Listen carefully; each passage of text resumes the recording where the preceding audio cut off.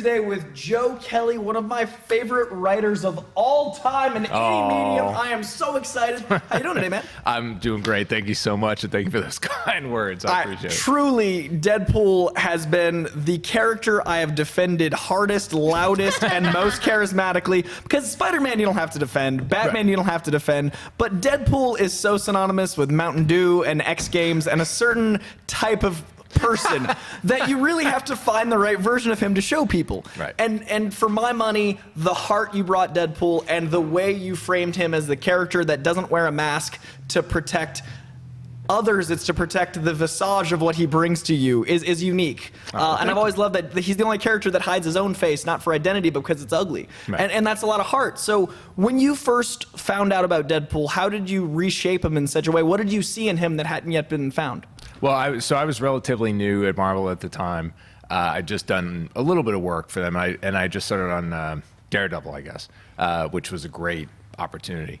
And Matt Idelson was the editor, brand new editor at the time also. And they said, hey, we want to do this, series for Deadpool, which literally nobody thought would last 6 issues. Like, they really did.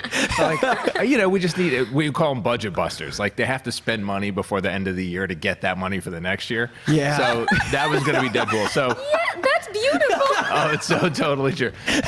And so I threw my hat in the ring, and I actually really like dark stories. I like anti-heroes. I love all that stuff. I really do. But I was like, if I had to write this guy for a long period of time, I couldn't sustain, I'm just grim and whatever. So the humor started to come in. And then some of the stuff, actually the masking that you're mentioning for me came from a Wade story.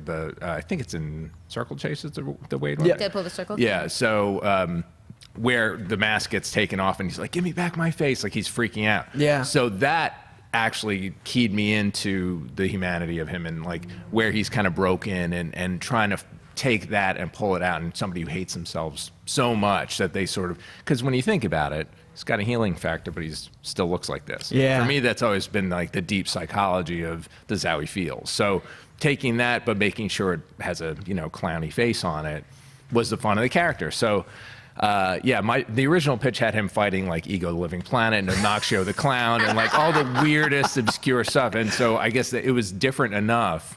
Everybody else was like mercenary, tough guy stuff that Matt took a chance. And then we got it in McGinnis, and that, the combo was great because his style being so light and open really made the darker stuff feel less dark, which was huge for that character. Absolutely. I will be far from the first one to say that, particularly in your run, the issue where he goes back to visit Spider-Man, more or less, is a standout, and is the one that you sort of hand people when you're like, you need to understand what Deadpool is, start here. Deadpool Classics Volume 2, by the way. Thank you. But read them all. Yeah. That was a great opportunity, and that was really fun and a lot of work because it was, I think, mostly done by hand, and that was, Pete Woods just killing it and slaying and aping the style of the original book and trying to make sure it all flowed together. Yeah. Was there any resistance to the idea, or were they like, yes, do it, go ahead? No, we totally got away with it. I don't really understand how. I don't know who Matt had photos of or something, but no, we did all right. And as a matter of fact, we ran it by Stan, which was nerve-wracking, and he gave us a very kind, this was really funny, a thank you for us honoring that book. I mean, it was just like ridiculous. And still being so new in the industry to be like, Stan read my stuff, like it was great. And so that issue is particularly one of my favorites for sure. So people don't know this yet, I haven't announced it yet, but I did this thing for Skybound, and we're animating it, and it's, for my money, he is the first meta-modernist character in pop culture. Metamodernism is this new wave of concept about being both ironic and naive simultaneously, being all-knowing but naive. Like, it's basically what Lord Miller are doing. It's shaping a narrative where they're winking but thanking you for winking with them. Right. And I feel like Deadpool really made that mainstream. When did you first decide the fourth wall was something that didn't exist for him? That's so fun. It just felt like a natural aspect of the comedy. Like, I tend to go back to my influences as a kid, right? And it's not so much like, oh, I want to replicate that stuff, because at Man of Action we talk about this all the time, especially for taking a new like an established property and revisiting it. Sure, like Mega Man. Like Mega Man. It's not so much what were my favorite bits. It's what do I remember feeling for those things. So like, Looney Tunes for me, where Bugs Bunny would just destroy everybody, savage everybody, but with a wink and a nod towards the audience, and it was okay. That I remember. Robin Williams was always a huge influence on me in every stage of my life. And that playing with the audience and the give and take that came from his act, huge influence.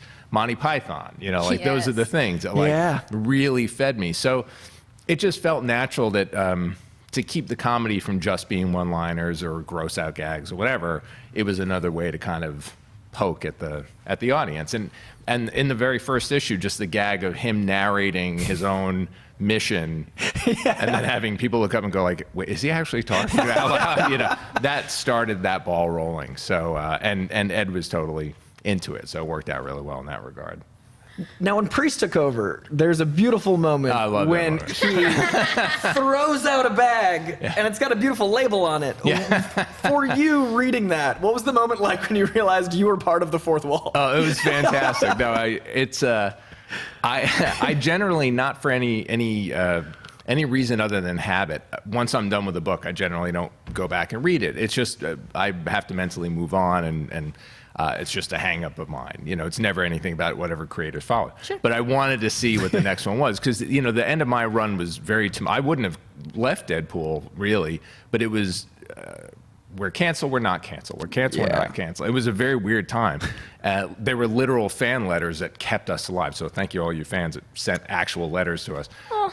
It really did. I mean, every month it was like, oh, your sales are too low, and they would go up and down. So I couldn't tell stories that way because I had to keep wrapping things up and then reopening them. So then when Chris Priest took over and I see, Joe Kelly's good ideas. So now I thought it was hilarious. I really did. I loved it. And I thought it was it was very touching kind of like homage to say, thanks for what you did. Now I'm taking the ball. It was very, very funny. I thought it was cool. So, and it firmly established like the Deadpool we have now. So the path from there, because you, of course, you were in the center of Marvel. You were writing X-Men, notably for both Corey and me. We're keeping it together, but but since then you've done a million different things. What has sort of the guiding star been as you jump between mediums and worlds and take on all these different challenges? Oh, just blind luck and stupidity is the main driving force.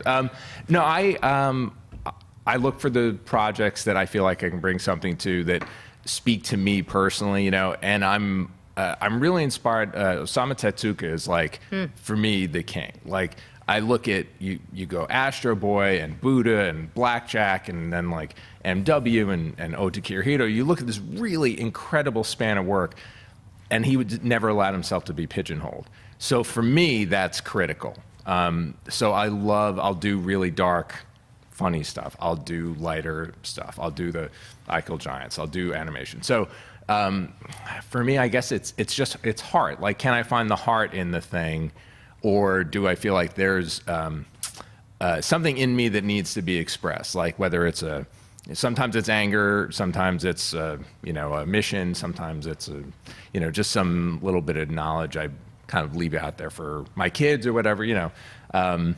It's just following the Jones, and like we tell a lot of young writers that want to get into the business, it's like, what's a story that only you can tell? So that's what I try to do to the best of my ability. With working in so many mediums, what's your creative process like? Do you have like 8 cups of coffee, sit down, right? Like, is there like a ritual that gets you going? Is it different for different things? Yeah, there's definitely too much coffee. So that's I get one that part totally. of it. When I'm on the beam, I'll do the meditation thing, which is good. That hasn't happened in a little while. I different music for different things, for sure. But that's usually project to project, not genre to genre. Although lately I've been doing a lot of writing to like white noise. I just have a sound machine and just leave it on, because that helps center me a little bit. Cool. It's that Pavlovian thing of like, you're working now, because I work from home, so it's generally. Although I start my day like at the coffee shop and kind of do that stereotype for a few hours, just so I'm in a different place. And that's usually something like a new book, like a graphic novel, or a script that's for me, like a spec thing. That's kind of like super my time. And then later on the rest of the day when I'm at home in my office is more man of action work, things that I, whatever's my task for the week. And then every once in a while I'll disappear. I'll just kind of go somewhere and try to bang out a bunch of stuff over the course of a weekend, or, very focused, like I'm only here to write. Like a burst. Yeah, and really try to make like a retreat. But the jumping around from Headspace, the biggest change is the format, which isn't really that big a deal now. In the beginning, it was writing for comics, as fun as it is, gives you terrible writing habits for writing for the screen. Really? Why? Because the scripts could be as long as you want, right? So like notoriously, like Alan Moore could write 70-page script for a 20-page comic, right? Everything, animation, TV, film, it's that page a minute thing. It just doesn't go away because you're working with a timed medium. So you have to be super economic with all your language, where in comics, like, and that microphone stand looks so cool. And oh, and by the way, make sure you draw 5 panels on the back. Like you can do all that stuff. And I think my scripts are like a 22-page book going to about the 30-something page realm. Got it. Because I don't do plot style. I tend to do a full script. When working with comics, there's a certain amount of collaborators that's it seems more finite than a screenplay. Whereas a screenplay, like, they might bring in a whole new set of, like, best boys and grips. Like, you're dealing with a different scope of people. Was it different reframing when writing the screenplay versus writing the comic for I Kill Giants? Did you have to reframe how you write? If I can pause just for our audience, you're in a very small group of people who created a cool, completely independent story and then got to actually be the one who translated it for the big screen. So huge congratulations thank you for that story, by the way. And from what I've heard, it was kind of simultaneous. Like, you were writing them both and kind of alternating between formats. Was it hard to, like, take a hat off and put it, like, so to speak, like, format-wise? It's funny. Well, thank you for that. I Kill Giants is very, very dear to my heart. And the creation of that story, it was one of those, like, I really have to tell this, and I feel like that sounds corny when I say that stuff, but I did. It was in me. I had to, like, purge it and get the story out. So I wrote the outline, said I'll start it as a comic because that was what I did. And the second I finished the comic, I was like, oh, let me just write it as a screenplay too. And that took a few months to get both those done. But then, I did go back and forth because I had a few artist friends that were kind of into it, but not totally. They dropped out. So I didn't find Ken until a few years. And in that time, I had sent the movie script to a friend who at the time worked at Nickelodeon, and her and I have very similar mind space for, like, this kind of material. She gave me great notes that informed the comic, so it did go back and forth. And because it was the same story in that particular case, the medium didn't matter. It wasn't until later when we actually got to go into production. And part of the reason I have the good version of the Hollywood story and not the, oh yeah, we stabbed the creator and left him bleeding in the alley, with an option pinned to his chest version. 98% of the Hollywood stories. Yeah, exactly. I was mostly because I just kept telling people right up front, I'm the only person who's ever going to write this. And if that's a problem, then I'm sorry, thank you, it was nice to meet you. And people were very cool with that. And then I had to say that to Chris Columbus, and that was a little terrifying. It really was. But I had talked a really good game to Steve and the Man of Action guys, and I was like, oh, I really got to say this now. And I did, and he was very cool. He totally understood it was a very personal story, and once he signed off on that, it became really easy. Then anybody we met after that, whether it was a financier or another producer, it was like, well, Chris says Joe's writing it. It's like, yes, I am. And that was it. And then it got to the point where when we were actually in production, I'd be getting calls there in Ireland or Belgium, various places. What should this sign say in the background of this? I was like, I don't know. And they're like, well, you're the writer, Chris says. It's like, wow. then it was a be careful what you wish for. But no, it was always wonderful. And Anders Walter, who's the director, was incredible. The cast was amazing. Everybody was so great. And they were very protective of the material and all wanted to try to make the same movie, which is the most important version aspect of it. The hardest part, really, in the killing of your own darlings thing was, and both Chris and Anders were good at this, were to say, this is perfect in a comic, it works fine, here's why it doesn't work in a film, mostly it was about breaking the reality of the movie. So if you wanted to leave people, which I did with that, is this real or is this in Barbara's mind, ambiguity, which I think is critical for the story, certain things had to go. Because in the book, it was still okay, but like if she's wearing a suit of armor and gets punched by a bully and it all shatters and nobody says, what's up with your dorky armor? Then it was in her head and, you know, that sort of stuff. So those were the edits that I got from those guys, and they were great. I mean, they, and then forced me to think in a different way for the film. Now, in some ways, I feel like you were ahead of the curve with this, with sort of the D&D renaissance and our general level of like audiences accepting some things that are a little closer to kind of magic realism, which I think you're also doing with Poughkeepsie, right? The short film that you've just made? Yeah, yep. Is that just something that particularly has always spoken to you, or like are you excited to have audiences more receptive to that kind of storytelling? It's great. I really hope that barometer keeps going, you know, where people are willing to accept more stuff in that land of this is just how the universe is today. You know, for me, Giants was always a girl needs help and the universe cracks open to give her the help she needs. That's my version of it. Other people take it in a different way, which is fine. Poughkeepsie is this short film. Thank you for bringing it up. That's very kind of you. Congratulations on it, by the way. Oh, thank you, thank you. It was my first shot at trying to direct something like this, and it was really a wonderful experience. It's about an Alzheimer's patient who was a pretty terrible guy in his youth, and now as he's staring down his final days, you know, he's got a lot of regrets. But in those moments where it looks like he's sort of in his out of it state, he's remembering the past. But then he starts to change it, and then it has ramifications when he sort of wakes back up in the present. And like you said, it's a magical realism kind of scenario where some people look at it and they go, oh, that was just his mind and his way of processing the end of his life. And other people go, oh yeah, he got the chance to fix things. And there's certain things you can't fix.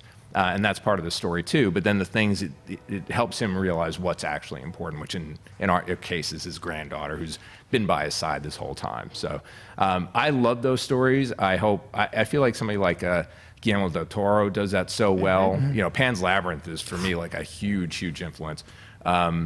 I mean, I love that movie to death. I just recently rewatched it with one of my kids because they'd heard me talk about it forever, but we just never sat down to watch it. And they're like, let's see that movie you're always talking about. What is that like to watch with your own children?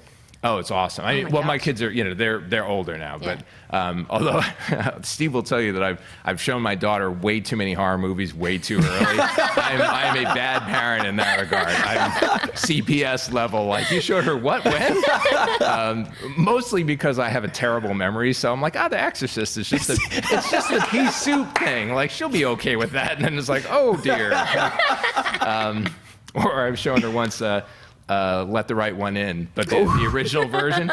But I fell asleep, and I hadn't seen it, and I just get Dad.